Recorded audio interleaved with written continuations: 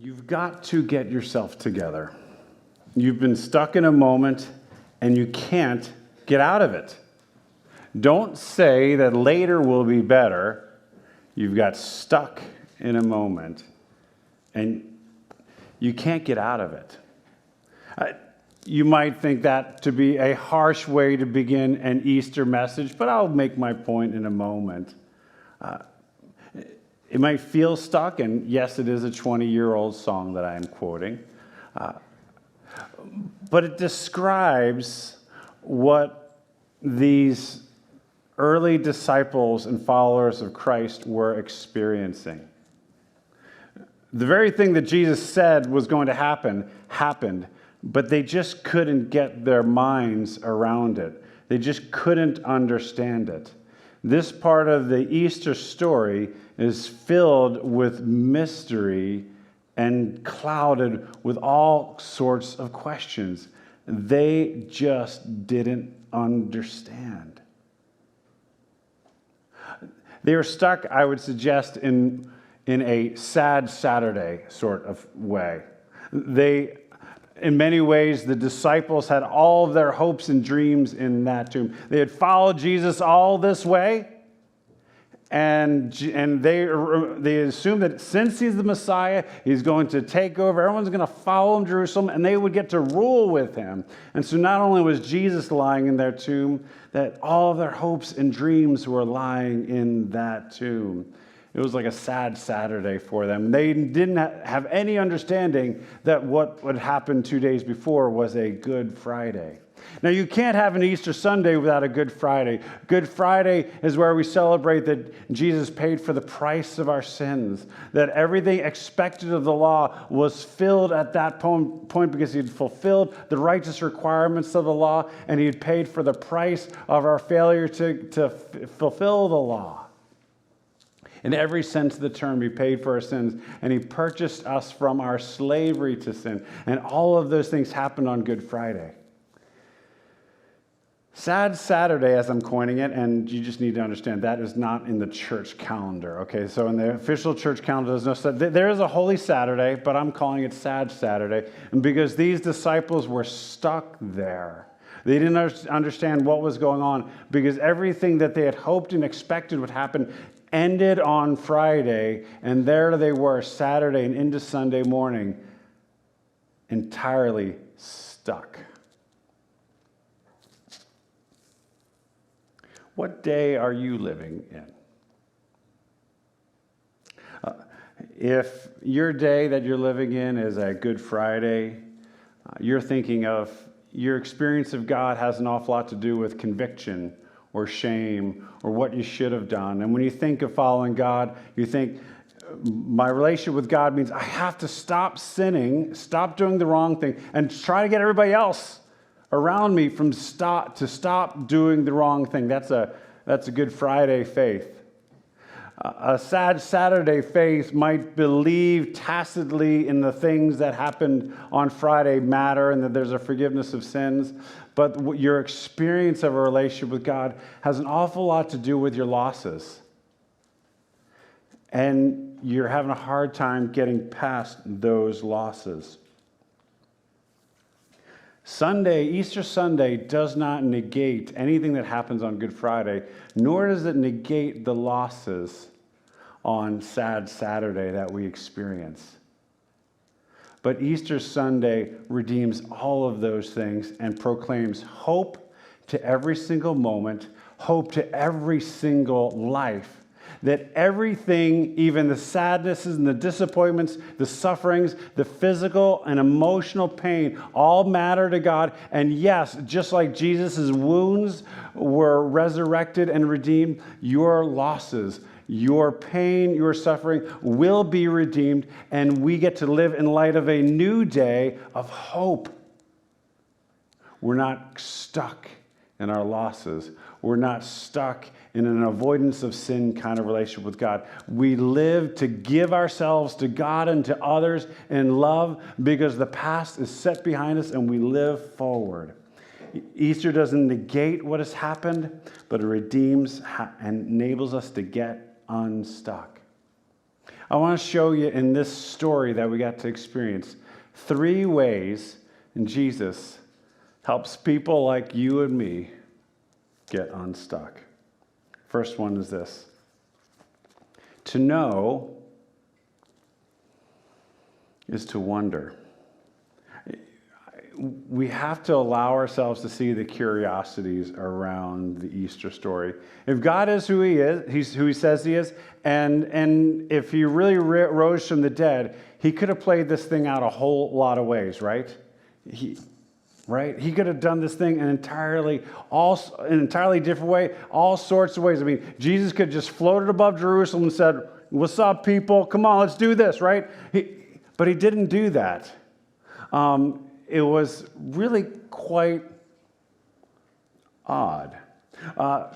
Oftentimes, detractors or folks who want to discredit the Easter story, the way they explain the Easter story goes something like this: that Jesus' disciples had such a strong attachment to Jesus. And when he died this awful death that so many other messianic figures had died before, they just couldn't let him go.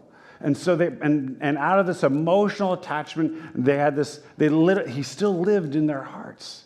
And so they wrote these stories so that he would still live in the hearts for all people. But they didn't actually really happen. And that sounds plausible. There's so many ideas in this world that have their own internal coherence, right? Except for the fact that if you were going to make up a story about someone rising from the dead, you would never do it this way. For example, in the ancient world, you would never have the primary and first witnesses of a resurrection be females. Females didn't even get to have a legitimate testimony in court. Their witness wasn't even credible. Cespus in the 2nd century says you cannot trust women about anything because they are hysterical. Sorry, that was just I'm just reporting the ancient news. That's what they said back then, all right?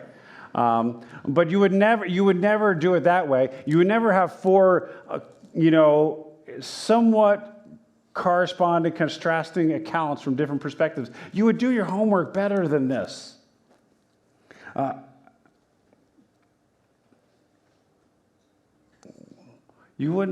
Why would it be just women? And if you had a hard time understanding what actually happened, let me see if I can recount it, all right? We'll do it this way. First of all, it's the story, the way it worked was Mary Magdalene, before earthquake, angel sitting on top of a rock, not so sure what's going on in the middle of the night, right? So Mary comes in the middle of the night while it's still dark. She comes and she finds the empty tomb. She freaks out and she goes tells the disciples. All right? And then Peter and John are like, what? And so they start running, right? And so John is younger, so he runs faster. He gets there first. Peter is older and bolder, and he decides that he's going to be the kind of person who walks into empty tombs where dead people are, right? I'm not one of those people. I would have been like John sitting out. But Peter goes all the way in and notices that Jesus folded his clothes after he got up. Children, all right, make your bed afterwards. Jesus made his bed after he rose from the dead. You can do that tomorrow morning, all right? So if Jesus can make his bed and fold his clothes, so can you, all right? So Peter's inside the tomb. He figures that out. Now they're freaked out, and so they run back. While they're running back, the women are showing up at the empty tomb, and they're wondering, well, how's that stone going to get pulled away? And all of a sudden they found it, and it's pulled away, and all of a sudden 2 angels appear, and they freak out, and they fall down on the ground, right? And the angels are like, what are you doing here? And anyway, and the women freak out, and then they go tell the disciples also. It could have been that they and Peter and John were passing each other. Who knows, right? Well, they get back there, and then Mary eventually makes her way back, and she's sitting by the tomb.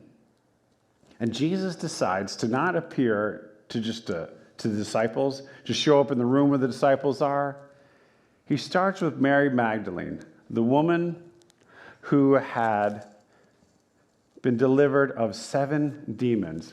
I don't think you could find a worse testimony in court than Mary Magdalene. You wouldn't tell the story that way unless that's exactly how it happened. Another curiosity is, why did he wait so long to show himself? Why did they have to see this empty tomb? Why did he do it this way? And here's my thought on that, is that my experience, and as I see the character of God in scriptures, is that God will allow our preconceived notions, yet even our false ideas of who he is, and our false notions of how life is, to play themselves out. He'll allow us to be wrong, and he will allow us to experience the pain of being wrong. See, the part of why the disciples couldn't understand what was going on, it's not like Jesus hadn't told them. Jesus told them so many times, but they're so confident that they knew exactly what was going on that there was no space in their mind for a different story. They are so confident that they were right that even when Jesus suggested that this was how it's going to be, they discounted even him. They couldn't listen to him even when he was telling them his play, how it was going to go. When you know everything, there's no place to wonder. One of the best parts of being married I found after 25 years. Ooh, that was pretty lame. All right. But it's been very good. It's been very good. Thanks for at least a little, ooh. Yeah, all right. All right. Is being wrong. I know Kathleen really well. I really do. And I know her well enough to go off and finish her sentences wrongly, regularly. I've married a woman who continues to grow, who continues to mature, who continues to learn and grow in different ways. And she's still a mystery to me, and there's still ways I'm still learning about her. You would think 25 years in the same house, you got her figured out. I don't. One of the biggest hindrances that you might have to understanding and appreciating Easter is the sense that you have it all figured out. You know what Easter is all about. You know the story. But if the disciples who had been with Jesus for 3 years couldn't get it, there might be still a little bit of wonder available to us. The biggest hindrance for us knowing is thinking that we know. Several years ago, Jim Collins wrote a series of business books and leadership books, and one of the books was How the Mighty Fall, and he would talk about the great corporate empires of the 80s and 90s, and how they had been so successful, and then all of a sudden crashed to mediocrity or worse. And he had one common theme that shaped every single one of their stories. And it was summed up in one simple word called hubris. Hubris is the confidence, is an exceeding sense of self-confidence. And Google defines it as pride expressing itself in excessive self-confidence. People with success and knowledge are the people most likely to overestimate their knowledge in a field other than their own. Studies show that those who have master's degrees or better, or have been successful in one field, often and regularly assume they know more about things they don't. Guys like preachers do this all the time. We get outside of our lane talking about things we think we know. I can speak authoritatively about anything. Just because I know how to speak authoritatively, right? But it doesn't mean I know. It could be the most significant thing that might hinder you from experiencing Christ today, is that you think you know. Peter and the disciples thought they knew, but when they saw the empty tomb, it forced them to do something they might not have done in a while, to wonder. How about you? Do you wonder? I want to particularly talk to folks sort of my age. We're the ones that might wonder less because we've gotten so many things figured out in life, and to wonder is to burn is not efficient, right? But do you wonder? Are you curious? Are there still some mysteries for you? Those who wonder seek. Those who wonder and are curious grow. Those who wonder learn. And that brings us to the second thing that Jesus does to help get his disciples unstuck. He doesn't just help them to start wondering about maybe whether they know or not, and maybe looking at maybe possibilities they hadn't before. Secondly, you'll find that to find is to look, well, in the right places. And I want us to look at the scene that gives us the most preachable question of all time. I think the angels were just giving preachers a gift on this one. When the angel said to the women had showed up at the tomb, they saw the angel, and the two angels appear, bright lights, whatever's going on, they just fall down, they're freaking out. And the angels are like, why do you look for the living among the dead? And I believe that's the most preachable question of all time in the scriptures. Do you look for the living among the dead? This question points back to a promise of Jesus. Jesus promised, he said, I have come to give life and life to the full. Easter is about that life. And it puts the question in front of you, do you look for life among things that you know are dead? Is there something that's dead that you just keep going back to? You keep looking for it to change and keep experiencing disappointment after disappointment after disappointment, hoping that it's going to have life and it's going to give life, and it still doesn't give life? Do you keep looking back at that? And Jesus, it was very, very simple to those who are seeking him. He said, look, ask and it will be given. Seek and you will find. Knock and the door will be open to you. When you think of God, when you envision who God is, do you think of a God of abundance who has everything you need and is willing to give it to you? Does it show up in the way you pray? Do you ask him? Do you ask him? Do you ask the one who has defeated death to provide for you? He probably can. If he can raise someone from the dead, he could probably provide for you as well. Do you ask him boldly for things? Do you seek him for life? Do you knock at the door of his party so that you can get in and experience what's going on inside that world for that life? Do you ask God for what you want? Do you have a sad Saturday kind of faith? Where your view of God is kind of a miser, is all Good Friday, no Easter Sunday? A God is like, look, I ain't got much to go around, but if you ask, all right, fine, but I'm kind of ticked about it. Or is the God you worship, is he exceedingly abundant? Does have everything and is eager to give his followers everything that they need, everything, the things that they want to fill this life and your life with good things? Do you have a God like that? Sometimes it just comes down to what you want. Sometimes we just want a sad Saturday life. Do some folks want to be angry? Would you prefer to just be angry? Then you have someone to blame and you don't have to step into the life that God offers you, right? Do you want life, or do you want to believe that love and mercy are inexhaustible? Or do you need to be right? And because of your insecure need to be right, you need to find everybody else around you that's wrong.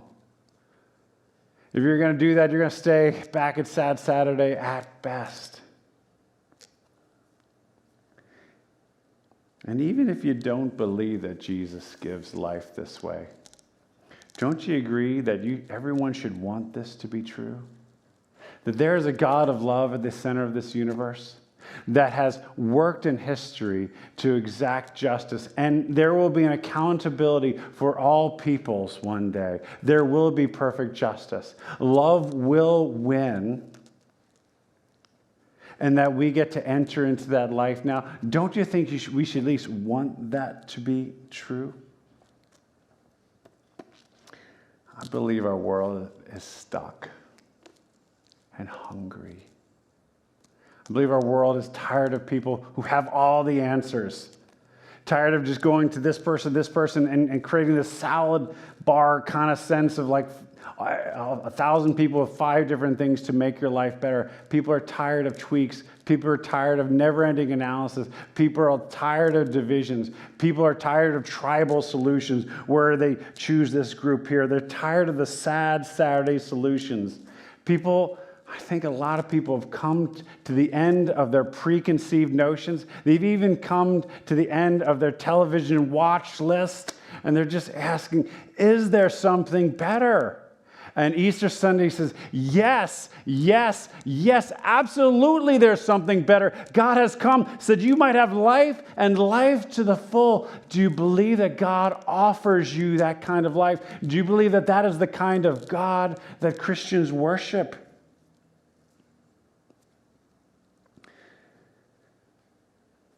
Those who find are those who seek when they seek in the right places.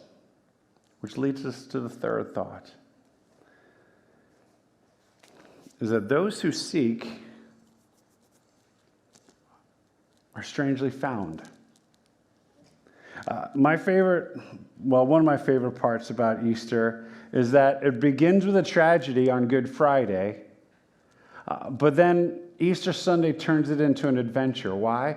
Because Jesus is risen from the dead, and now he has given away life and given a mission to all of his people to apply the renewal of all things at Easter begins into every aspect of life, every aspect of our home life, every aspect of our work life. Now our workplaces have meaning, our schoolwork has meaning, our friendships have meaning, our families have meaning.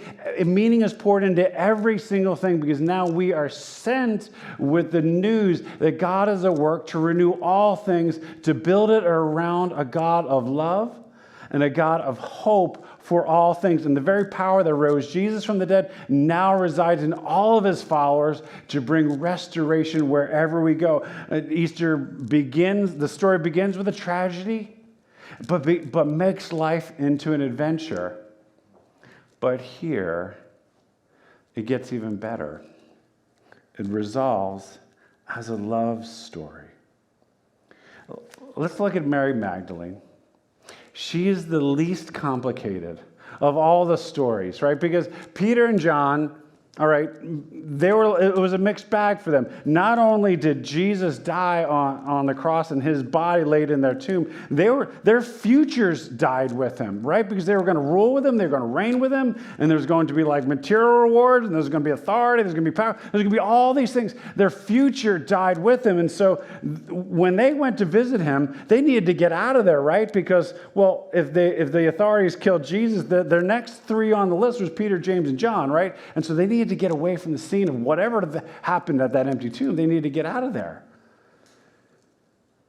But Mary Magdalene, she wasn't a threat to the government. She wasn't a threat to anybody. She was a woman who had been tortured by 7 demons, and Jesus healed her of those demons.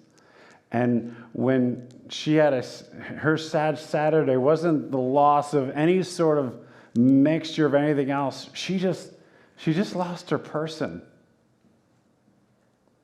She just lost her person. And so she came to the very place that healed her the first time. The presence of Jesus. It just turns out that in her mind, the presence of Jesus was at that tomb. And she is sad. She is tragically, epically sad.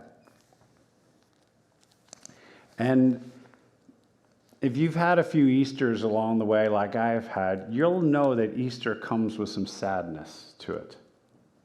My first Easter, at least that I can remember, I attended with my sisters and my father, and it was a week and a half after my mother had passed.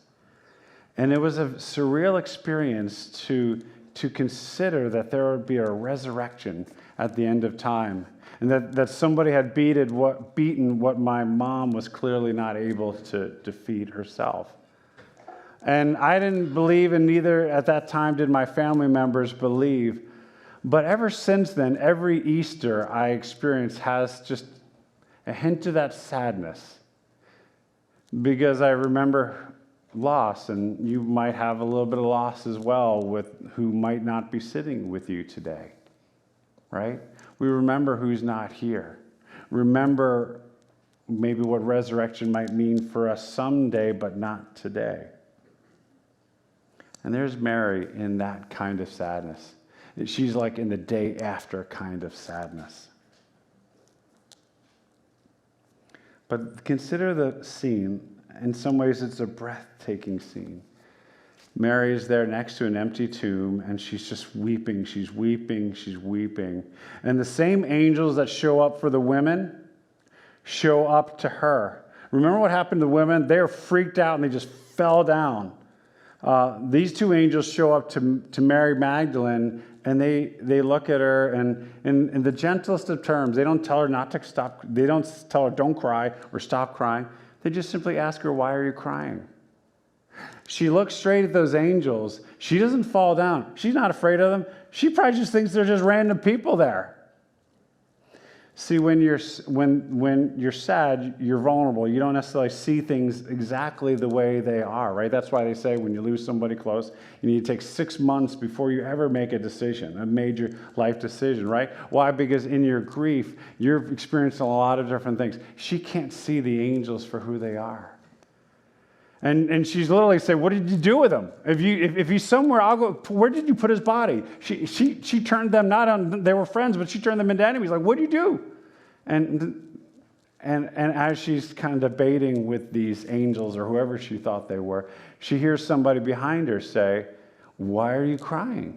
And she turns right around and sees the very face of Jesus, but cannot see him for who she is. And she's like, I'm looking for my Lord. He's supposed to be around here somewhere. If you did something with him, can you just tell me where he is? And she just thought he was the gardener. And as she's explaining herself and as she's fighting out whatever's going on in her heart, Jesus just simply says, Mary. And all of a sudden her eyes are opened and she could see that's the Lord. She says, Rabboni, teacher, and she embraces him.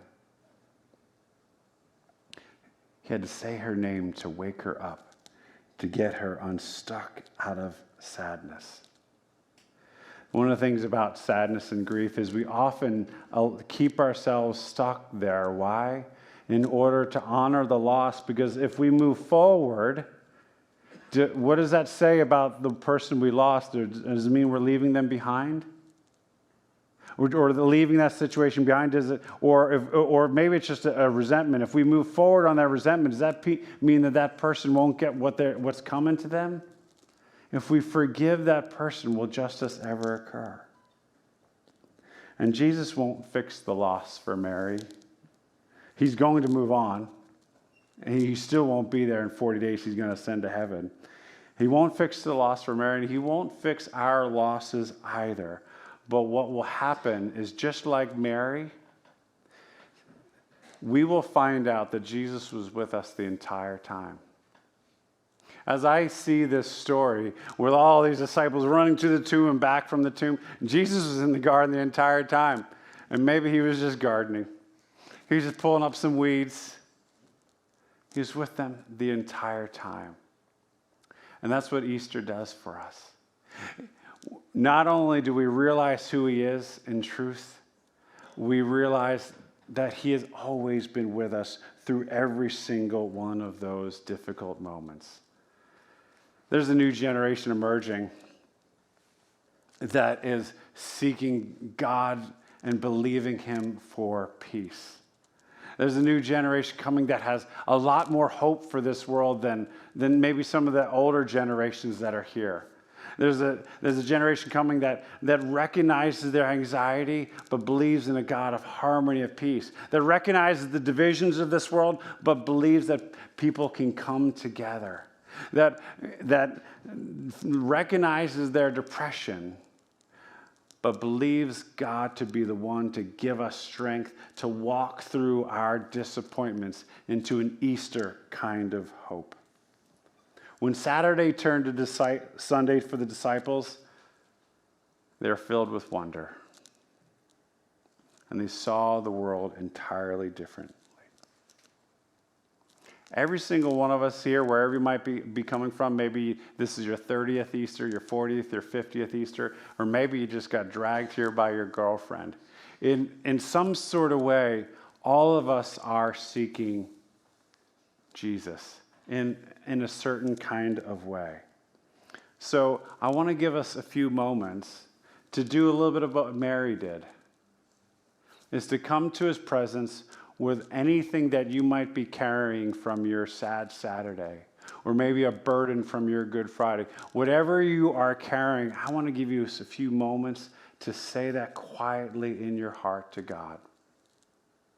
But then I want to give you an opportunity to listen. Listen, for God might call out your name. Listen for God to call out your name. And just like Mary, to give you a mission as well.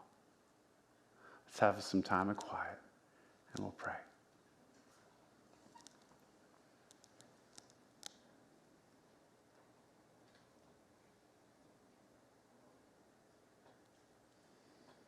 This is a time for you to share whatever you brought into this service carrying.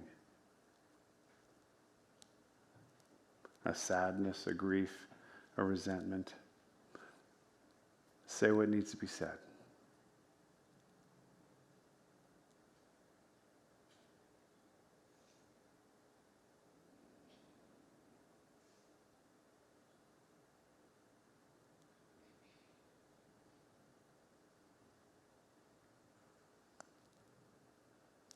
Now listen, is there something that you need to hear?